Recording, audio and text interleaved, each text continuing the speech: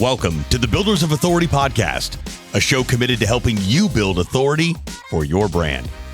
In the realm of business and personal branding, authority stands as a cornerstone. Authority isn't built overnight, it's built over time. So join us as we build something remarkable together. And now, here's your host, Adam McChesney. Welcome back, everyone, to another episode of the Builders of Authority podcast. Our title sponsor for the podcast is Go High Level, also known as GHL. GHL is the first ever all-in-one platform that will give you the tools, support, and resources you need to succeed and crush your marketing goals. Personally, I've used the software since 2020. It's been a game changer for my business and our clients. If you're looking to level up your CRM and marketing game, then this is the platform to use. You can find a link for a free and extended 30-day trial with tons of Builders of Authority bonuses in the show notes. So take advantage of the opportunity to adopt GHL's amazing software and grow your business. Today's going to be a great episode. I recently met today's guest at the end of last year through a mutual connection. We had the opportunity to hop on a Zoom call and get to know each other and learn more about what we have going on in our businesses. We both quickly realized we knew a lot of the same people and had done some pretty incredible things in the digital marketing space. Finding people like today's guest in the marketing space is hard to come by because so many people are faking it. He is not. It's a breath of fresh air meeting people just like him. Today's guest is Chris Martinez. He is the founder and CEO of Bloom. They help agencies maximize their value, unlock potential, and achieve an 8-figure exit. Chris, welcome to the show, man. Thanks to be on here, man. Love waking up early and getting to spend time with you. Yeah, man, I appreciate that. So tell everybody, who is Chris and what do you guys do at Bloom? Oh, what a deep question. Who am I? Well, it depends on who you ask. No, I'm the CEO and founder of Bloom. I have been an agency owner in the past. Well, actually, I've been a failed magazine owner. That was like my first entrepreneurial venture. Failed miserably and lost all my money.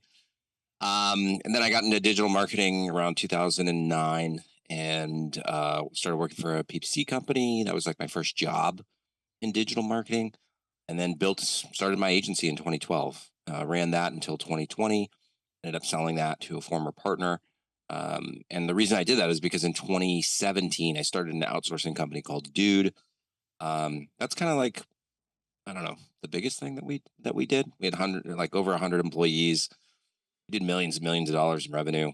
And then that eventually transitioned into what we do now, which is Bloom. And that's kind of like an interesting story, I think. Give you the super short version. We can dive into it more if you like, but we were helping through the outsourcing company. We were helping marketing agencies to get access to talent in Mexico and Latin America. And I was one of the first people to ever build a team in Mexico. I was down there in 2015 and I was actually crossing the border every single day.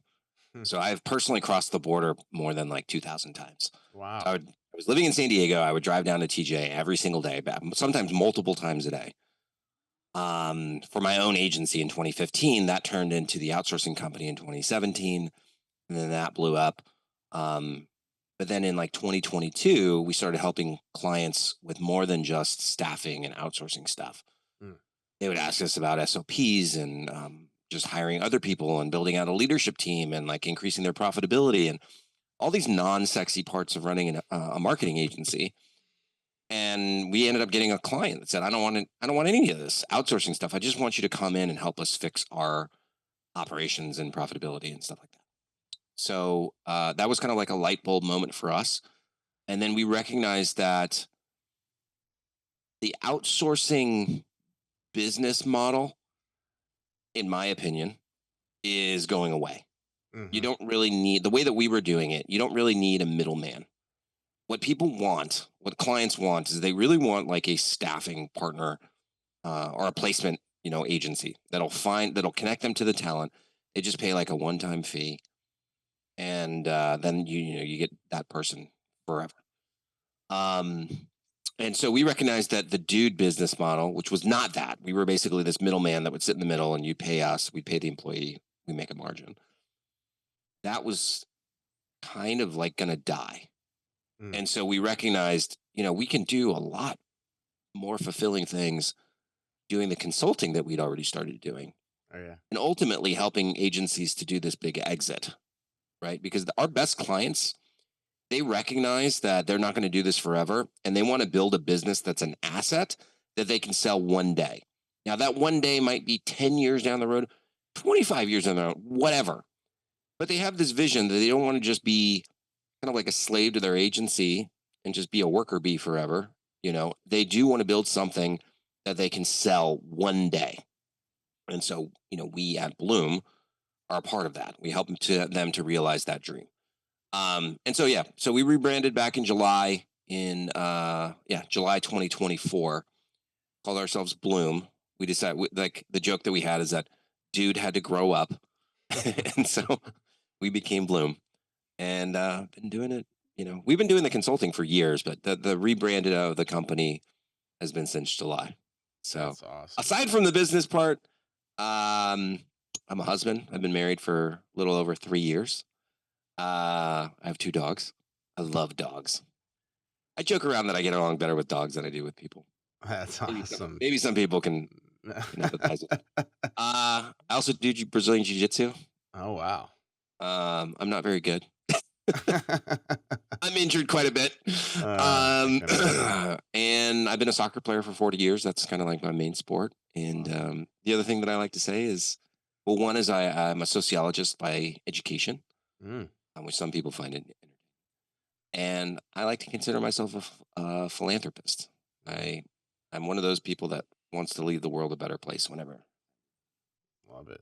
That's me. I can definitely tell that. And thanks for sharing. I think I know there's quite a few agency owners that listen to this podcast, but I think just any entrepreneur that heard you say, we help people not be a slave to the business. I think a lot of people sympathized with that and understand what that's like. And having built now 3 different agencies myself, I look back at different aspects where it's like, man, I just created a very chaotic job for myself because I had no idea what I was doing at different aspects of it. So it's awesome to know that there's people out there like yourself that can kind of connect the missing links inside of a business.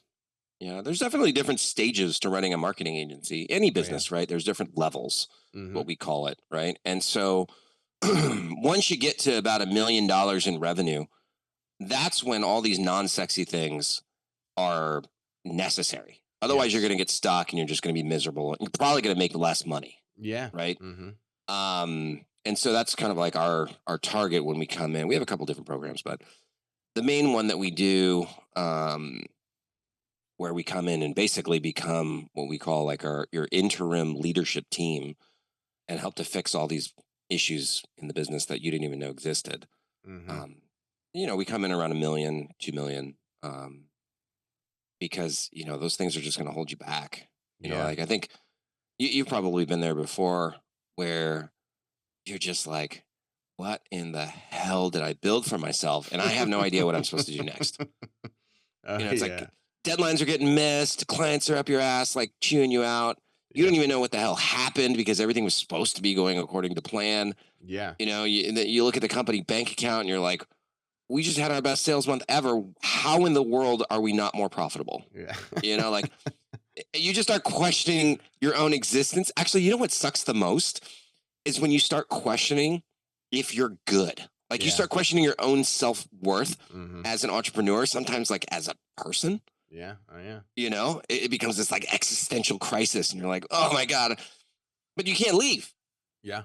Right. You're sitting there and you're like, I cannot take a day off because if I leave, the whole thing's going to fall apart and then my reputation is going to be ruined and like all these other terrible things that you think about.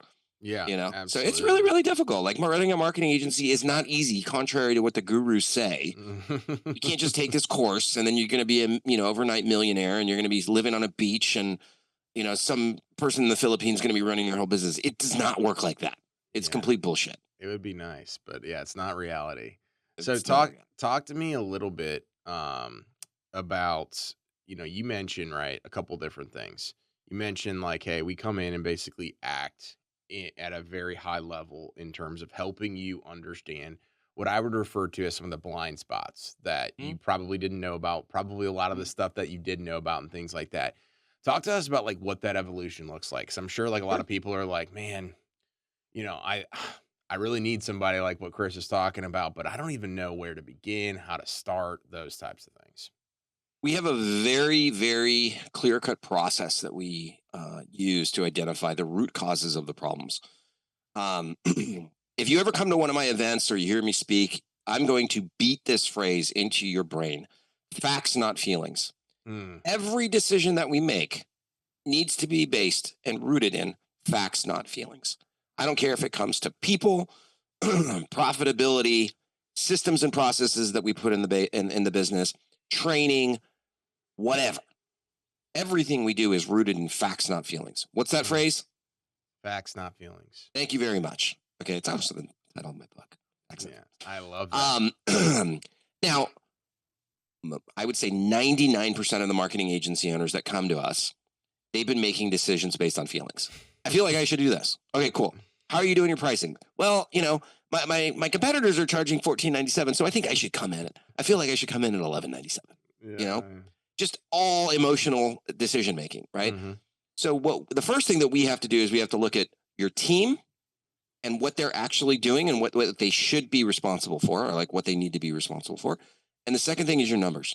We got to look at your numbers.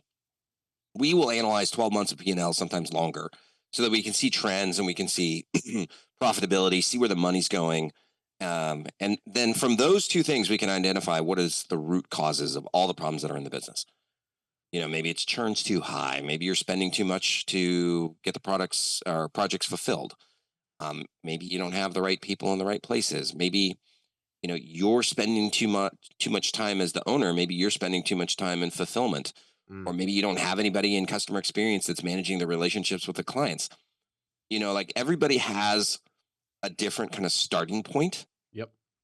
But I have yet to meet an agency owner that doesn't have a problem that we have solved before or that we know how to solve. Yeah. Because they're all kind of the same. Yes. You just have to get to the actual root cause of the problem. Everybody has them, just so you know. It doesn't matter if you're doing, $1 million a month or $1 million a year or $100,000 a year. Yeah. They're all kind of the same problems, just at different scales. If that makes sense. 100%. Like you said something earlier. It was like, hey, you might actually grow from $1 million on and make less money. I was talking to, I was on a podcast a couple of weeks ago, and I was like, yeah, like I literally made almost more money when we did 750,000 than I did at 1.7 million. Because I didn't know what I was doing other than selling and growing and hiring more people and the whole gamut, right? You've seen it 100 times, but so often, right? We think more revenue is going to equate to fixing all of the problems. More money is going to be able to, no, it doesn't. Absolutely right now. So like you have to fix those things. And the sooner you tackle and fix those things, the better the longevity is. A lot of people are like, oh no, I'm just going to go and scale and then I'll fix the problems. And I've done that too. And that's also not the answer. Yeah. I hate that phrase. Sales solves all problems. That's not true. Sometimes it can. But it can also just put gasoline on a gigantic problem that you have, right? Of more money going out the door. Yes. So, there's kind of this myth of like economies of scale. Once I hit this mark, then everything else is profit. And 99 times out of 100, that is not true in the marketing agency space. Yes. If you're selling, this is another thing that drives me crazy, is that you have gurus out there that are telling you to sell like really cheap packages, and they're not super profitable. Yeah. And so then you just keep selling cheap packages, not super profitable, and you get to $1 million in revenue. So you've got this like, fancy 7-figure agency that's not really making any money. Yeah. And then they come, like people have come to us in the past, and like we've had multiple 7-figure agencies coming to us, and they're losing money following the advice of certain people. And then I'm like, well, here's the problem is you're charging so little and you're spending so much on fulfillment, and you can't actually find the quality people that you need to do the fulfillment properly. Yes. Because you're charging so little, right? There's just not enough of the pie to go around to the team that's going to help build the business.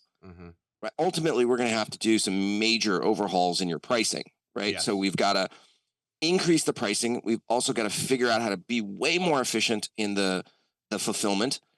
And we've got to figure out how to find some amazingly talented people on a shoestring budget. We could have avoided all of this if you just charged the good pricing at the beginning. Yes. So you have fewer options if you listen to that advice of, sales solves all problems. It's better to build a business that's actually sustainable from the beginning. And this is true of all of the very successful people, is that they build a business that is successful at the beginning and then ride that and scale that. Stop trying to put lipstick on a pig, or Perry Belcher said, this is way more crude. Stop trying to polish a turd, right? Which is what most marketing agencies try and do. Yeah. So like if you just set it up properly, it's going to be way easier to scale that business, right? The other analogy that I use that is kind of crazy when you think about it. Imagine if you want to play in the NFL, right? And you say, okay, well, I'm going to work out once I get to the NFL. I'm going to hit the weights. I'm going to do sprints. I'm going to train. As soon as I get to the NFL, then I'll start doing all of that. Yes. Yeah. Right? You think you're ever going to get there? No. No, it ain't going to happen. Right? So, yeah. I went off on a tangent. There's a lot of things. You're very passionate about this stuff. Man, me too, because again, like I've seen so many people do the wrong things because they've listened. This probably is like a good segue, but like they've listened to the wrong advice, right? Yeah. And I was a culprit of that, right? Where it was just like, no, go hit 7 figures and then go sell and sell and sell. And I was doing all these things based on other people getting something from me in return in one way or another. And then I realized like, oh crap, this person has never actually done the thing. They don't even know what they're doing. I've been taking the wrong advice for now 3 years at this point. What all the questions that you said earlier, am I even good at this? What am I doing? Am I worthless?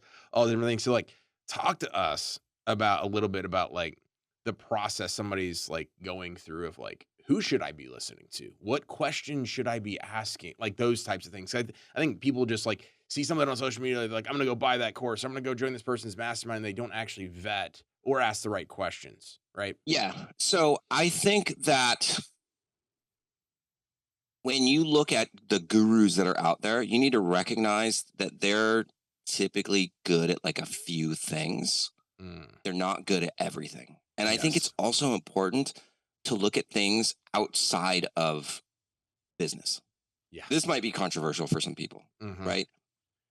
Like, I don't listen to people that have very bad physical health because that's really important to me. Yeah. I believe that your physical health will absolutely be reflected in the business in terms of habits and discipline and things like that.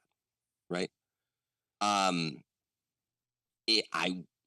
can't name names on this, whatever, but I don't listen to people that like don't value relationships, or like if I find out that they're like cheating on their spouse all the time, I don't respect that person. Oh yeah. There's a guru out there that is addicted to prostitutes. I don't respect that. Yeah. Right. I'm not going to listen to that person. Now, maybe I'm just being overly judgmental, but that's just the way that it is with me. Yeah. So I think you do need to look at the things that are going on outside of just that business, because on the inside, there's usually like massive management challenges. The businesses are run very poorly. They're not actually very profitable. Yeah. Right. And I've talked to some of these gurus. There's one guy in particular who he typically deals with smaller like types of agencies. And he came to me, this is like a few years back. He's like, I want to sell my company. And I was like, okay, give me tell me what your numbers are. He tells me his numbers, and granted, he's selling the, hey, I'm going to help you make millions and millions of dollars. Right. And he's selling himself as being like a multimillionaire type of deal. I looked at his numbers, and he was doing like $300,000 a year in revenue. Yeah. Right. Which is not very much. I mean, if you're at $300,000 a year right now, and you're listening to this, like, I'm not saying that you're a bad entrepreneur. Right? Yeah. But that messaging was not very good. And then I was like, well, what's your profit? He's like, well, my profit's 90%. I was like, well, that's a red flag. It's never 90%. It's like, it's 90% because I'm doing all the work. And I'm like, okay, so you don't have a team. Yeah. You don't actually know your numbers. And then I was like, what do you think this company is worth? He's like, well, I think I could get, like a million, maybe 1.5. I'm like, dude, you're out of your mind. You're out of your mind. That is not possible. Right? So, because, I mean, he kind of doesn't have any profit, doesn't have any EBIT. Right? Mm-hmm. So, like, just do digging. Just do some digging and actually look at the person, see if they have an actual team, right? That's something that you should look at. Yeah. Do they have a team? Are they running the business? Have they done the things that they say that they're going to do? Mm-hmm. Do they have team members also that have experience too? Because a lot of the times you're not going to be working directly with the mentor. Yes. You have to look at the team members that are supporting them. Mm-hmm. Right? So like on my team, for example, like my business partner's name's Alan. He took a company public. He's still the CFO. That's his day job. He's the CFO of a publicly traded company. He went to Harvard Business School. He and I had dinner last night. We were just like hanging out, talking business and stuff. That's my go-to, So like when I need advice or like I have a question that I don't know the answer to, I'll go to somebody like that. Yeah. And I also have mentors that have built much bigger businesses than I have that I go to, that I can get advice from, that I can then pass it along to my clients. Like, I'm not like, I don't think I'm very amazing. Like I'm very humble. Like, yes, I fail all the fucking time, man. Like I fail daily. Yeah. Massive failures. Yeah. Right. So I try and be straight up with people. Like I don't have all the answers. Yeah. I'm very honest about that. Yeah. I'm incredibly hardworking and I will find the answers, but I do know a lot of shit. Yeah. Like I've had over 100 employees. I know how that works. Mm-hmm. I've done millions and millions of dollars in revenue. I've done that. Yeah. I've lost all my money too, by the way. Mm-hmm. Multiple times I've lost all my money. Yeah. So I know what it's like to be flat broke or to not have many options. Mm-hmm. And like I didn't have this big inheritance from anybody. My family's not entrepreneurs. I didn't have any connections. Like nobody hooked me up with my first job out of college. Now, granted, I've had a lot of benefits. Like I grew up in a household that valued education. I was born in the United States. Mm-hmm. Like I've had lots of things, but, like most people, I've had a lot of challenges as well. So I'm not like some amazing person. But yeah, just do digging, man. Like just be honest. Like if it sounds too good to be true, most likely it is. Yeah, no, 100%. The other thing that drives me fucking crazy, and I'm going to piss some people off, but I don't care. Hiding behind your religion. Oh, yeah. You and I talked about this behind the scenes. Dude, if it's, and I have no problem with religion. I grew up in a born again Christian household. Yes. I've seen that style. I have lots of friends. Alan's, a Christian as well. I have nothing against religion. Mm-hmm. But if it's so in your face, is it a marketing ploy? Yes. Is it just for marketing? Mm-hmm. Or is it legitimate? Like just question those things. Like if it sounds too good to be true, most likely something is bullshit. Oh yeah, absolutely. Well, like a couple different things there. Like I think a big red flag as well, and this is something that I learned the hard way when it was like people were asking to look at my numbers, right? Mm-hmm. And so I literally have my numbers from the past 3 years on my Builders of Authority Mastermind website and That's everything. Awesome. I have my P&L, like literally the P&L, and I say, hey, here's my company name. Here's literally everything. Because I'm like, hey, I've been burned by people that have sent me over an Excel spreadsheet, but then asked for my QuickBooks, right? It's like, okay, we're looking at two different things. Like you could have literally put anything in there, right? But like if they aren't able to show you those things in their own business, or if they're working with a client that's just like you, like I want to see those things. I don't need to know all the name. I just want to see something. And they're like, no. And then they're just like, no, just trust me though, right? Like, don't you not trust me? And then obviously the religion thing or something where it is a marketing ploy, because I see all these people doing it, and you and I know a lot of the same people that have done it. And you're like, man, if they are who they say they are, I have receipts of all the stuff they've done behind the scenes. If I put that up on social media, it would wreck them, and it would break it to the ground because it is a marketing ploy. Now, if it were true as not a marketing ploy, then they would be fine. But everybody's always worried about the reality of people finding out the truth, because so many people show up as inauthentic, right? And so like you saying that you fail and all those different things, like when I'm working with people, and I was talking to an investor the other day, I was on his podcast, and he's just like, man, when people are coming to ask me, for money. He goes, I go back to the first thing that an investor asked me when he wrote me $1 million check 5 years ago. Mhm. I don't care about what you've done or where you're going. Tell me about your failures. Yeah. And he's like, when I shared my failure, the guy was like, yeah, I was trying to like say, but I fixed it. And he goes, no, I just want to know that you failed. You had to start over Mhm. and that you came out on the other side. Cause that's Yep. probably the biggest piece. But so often we're so like worried about people knowing our failures. It's like, if you think it's as rainbows and sunshine as these people make it look like on social media, you're going to have a rude awakening. They're selling the get rich quick, and Yeah. that's what's destroyed our industry, It has. unfortunately. And like, I don't know if you've experienced this, but like, if you tell somebody that you're a digital marketer or that you own a digital marketing agency, they Mhm. think you're a scammer. Oh, yeah. That's I mean, that's the state of our industry right now. my We've mom has allowed no, this my to mom happen has, because we're not calling people out on the bullshit. my mom has no idea what I do. She just knows like from online stuff enough. She's like, I'm like, Mom, just trust me. I'm not doing anything illegal. She's like, why not? Yeah, it'd be a lot more cool if you were. No, that's Awesome. awesome. But so talk to me a little bit about like, so how have you guys grown your business Mhm. like through your authority, right? So whether that's how you guys get your clients, I know you threw an event last year, like talk about Yeah. some of the brand building you all have done as you especially rebranded, right? Talk Mhm. to me a little bit about that. Yeah, for sure.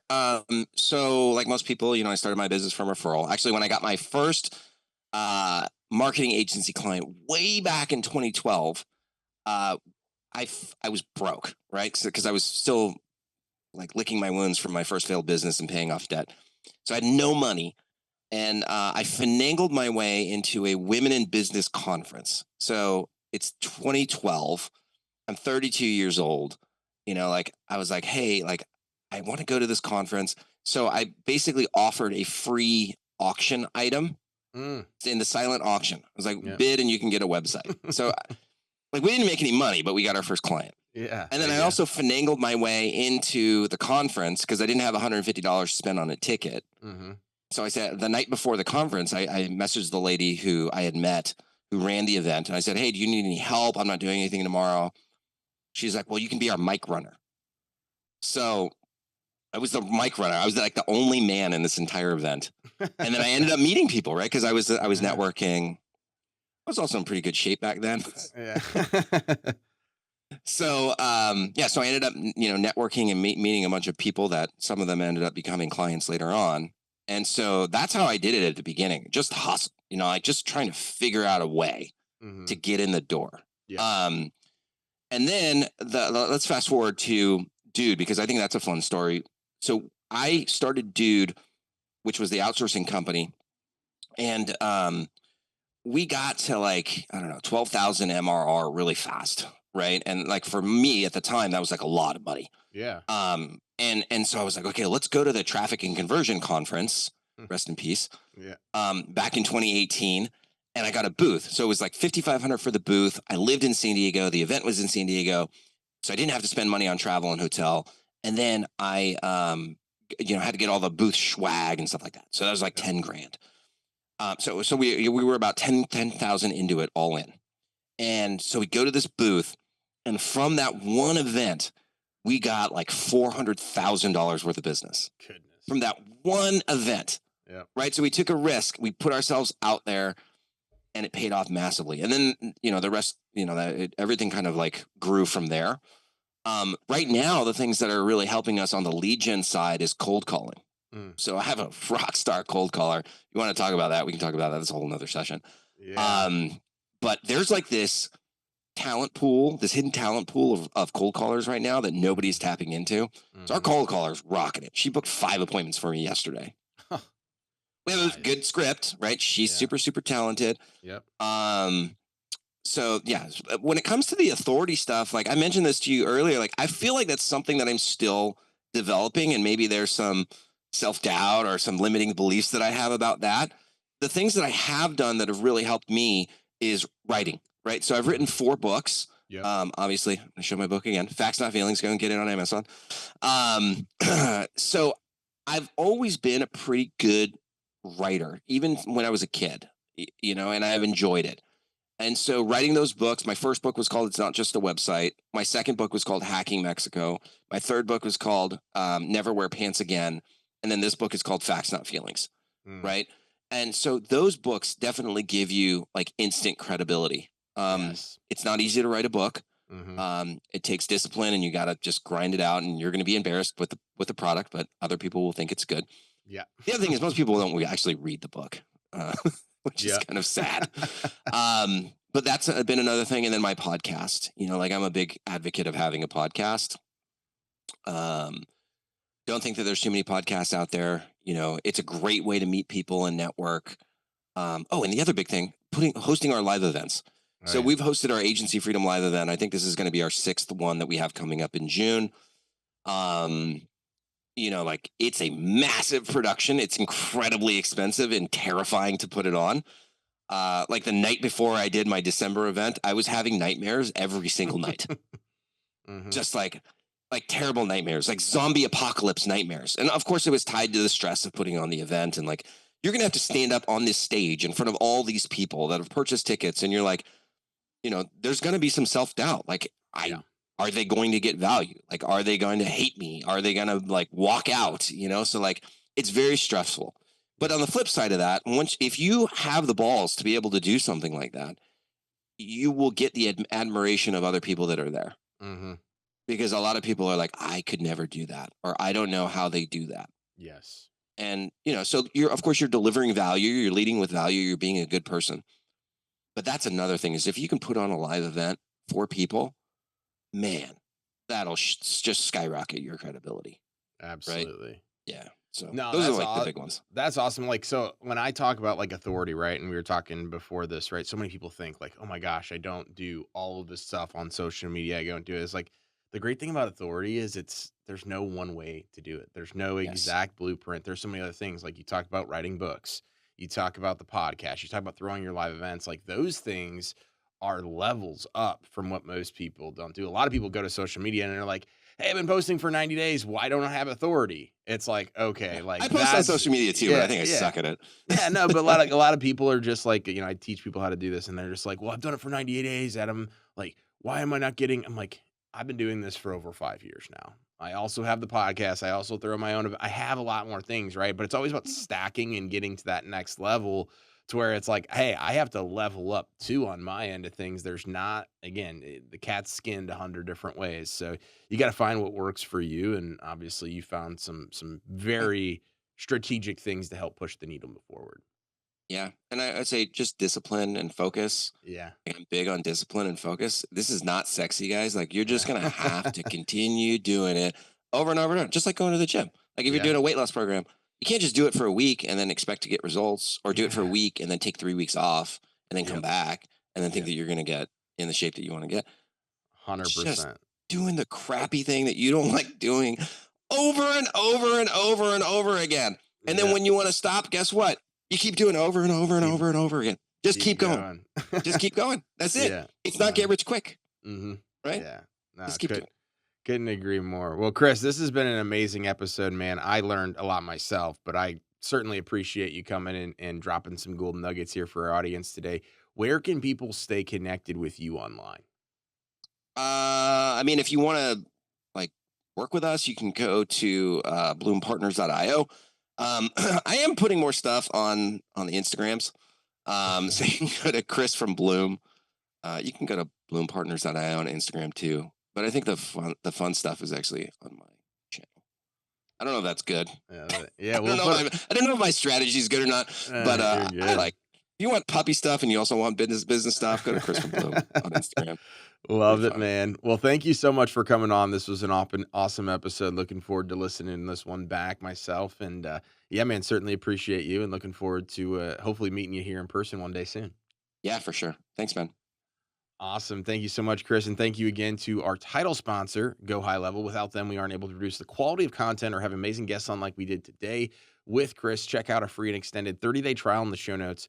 Make sure as well to leave us a 5-star review, making a big push for review this year, and it definitely helps move the needle.